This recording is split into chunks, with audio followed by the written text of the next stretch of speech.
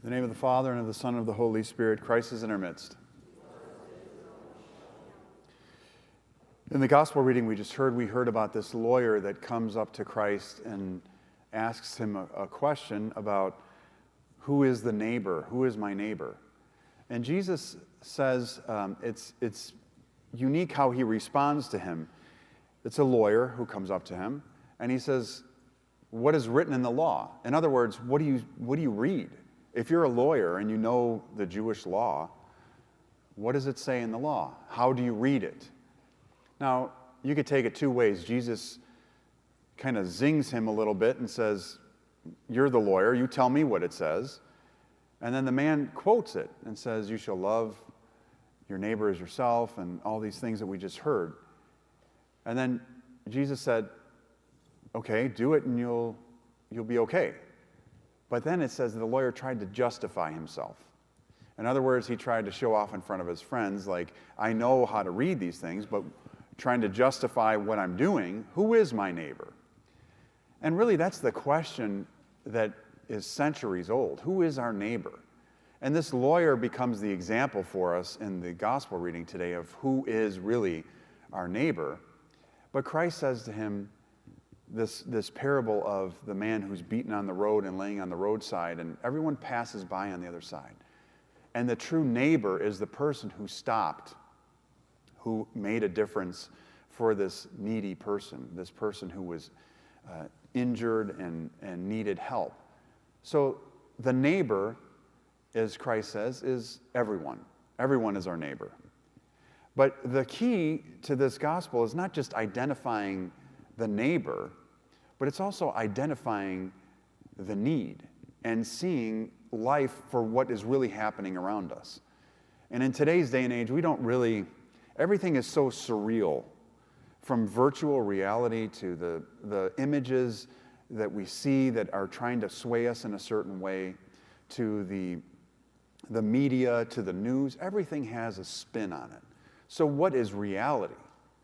What is reality these days? And we see this so many times that it's hard to judge really what reality is. But when we're talking about the church and when we're talking about our path in God, the reality is what we see, and what we choose to engage and how we choose to assist other people identifies if we are the good neighbor, if we are the one who sees the problem and responds to it.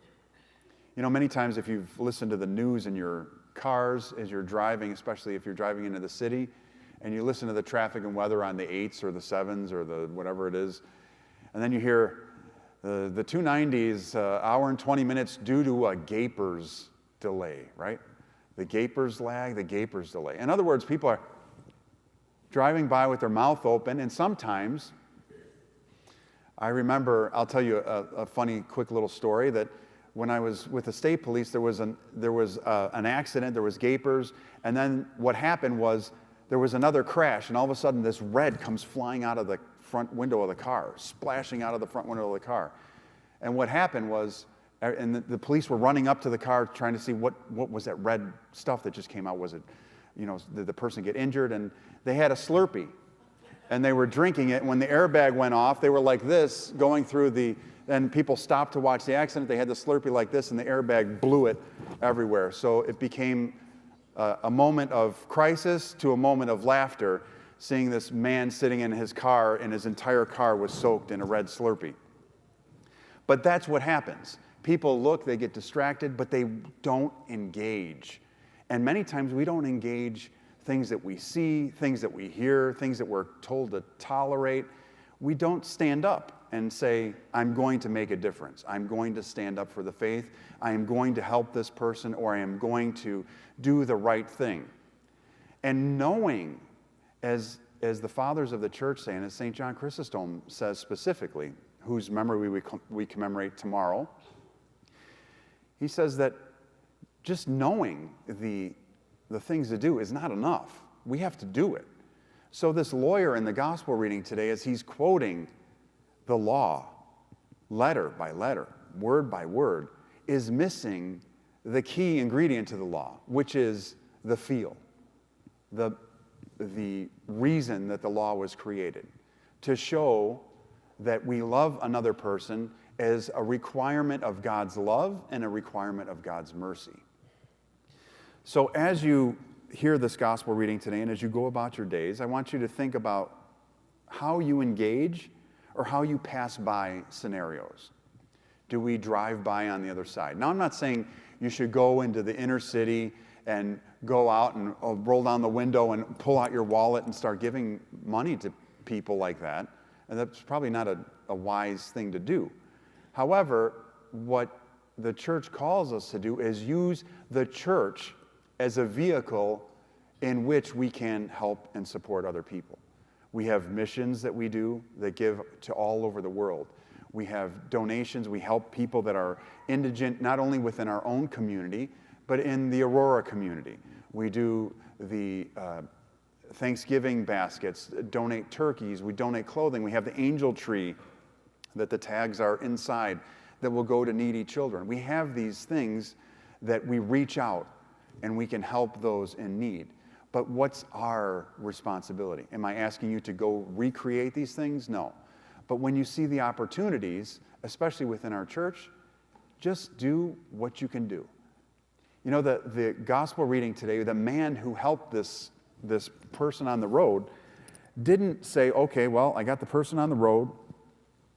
I'm going to go to Old Second Bank. I'll give a little plug to Old Second. I'm going to go to Old Second Bank, and I'm going to take out a line of credit, and then I'm going to give, this guy, thousands of dollars so he can do it. He did what he had on him.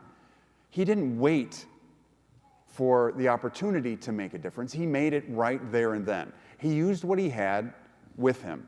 He had oil, he had wine, he had some money on him. And he took it and used it at the point that he could. And then he said, when I come back, I'll give you the rest.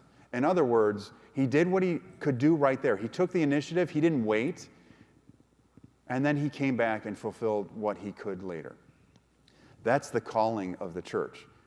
That's the calling for us as Christians, to do what we can now for not only the church, but all those around us, and then to come back and augment that by our faith, by our love, by our giving, by our prayers, and by our sacramental preparedness as well. Receive what you can now, give what you can now, and then work towards more as time goes on. But the main thing in this gospel is not to let the opportunities pass us. Saint Martin of Tours that we commemorate today is a very special saint for me because as a chaplain for many years, he was I put it in your bulletin too, you can read it after I'm done, about his life in there, but he was a soldier, and many of the soldiers, like St. George, has a cape. You see the cape hanging on the back. So as soldiers, St. Demetrius, the same thing. He has a cape hanging on the back of him, and they wore capes. That's how military ranks would go, and certain soldiers had them, certain soldiers didn't. But if you would have your breastplate and you had the cape, very similar to our modern day iterations of Superman or the superheroes that wear capes. So St. Martin sees this man on the road. It's the same story. He sees this man on the road. He knows the gospel, and he sees this beggar, and beggar's begging. And St. Martin was on a horse. He had no food. He had nothing really to give the man. But he saw that the man didn't have any clothes. So what did he do is he takes out his sword, he takes his cape, and he cuts his cape in half. And he takes his cape and he wraps it around, the half of his cape, he wraps it around the man, ties it, and makes like a robe like Christ has with his large cape. Now these capes were not little capes, little tiny, like we think the Party City, Halloween costume capes. They were large capes. They came all the way down. They would close in the front. They would open up. They would flip them over their shoulders when they would go. And when you saw someone riding on a horse like St. Demetrius or St. George or St. Martin, their cape was flying in the wind. You knew that was a soldier that was coming at you, and it wasn't someone from the city. So he ties it around the man, and then he goes on his way. That night, St. Martin goes to sleep. He has a dream. And in his dream, he sees Christ come to him. And Christ comes to him wrapped in the cape that he gave the man. So who is the neighbor? The neighbor is everyone. Who is Christ? Christ can be found in everyone. And St. Martin on this day is the classic example of giving to someone with what you have at the moment. St. Martin also, his cape was put inside a small little church. And the cape was called a capellini in Latin. And that small church became a chapel. It was called a chapel. And then the one who was in charge of taking care of the cape was called the chaplain. So that's where the word chaplain comes from. And because of the military service and the outreach that St. Martin had, it became that the chaplain was the one who helped the military and helped those in need within the military as well. So make a difference. Take the time to stop. Don't be apathetic. Don't be a bystander, but engage.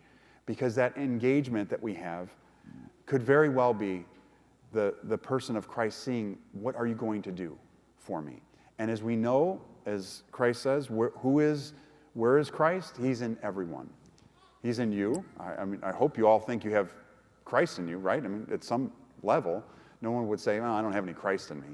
If you're here, you obviously do or feel that way.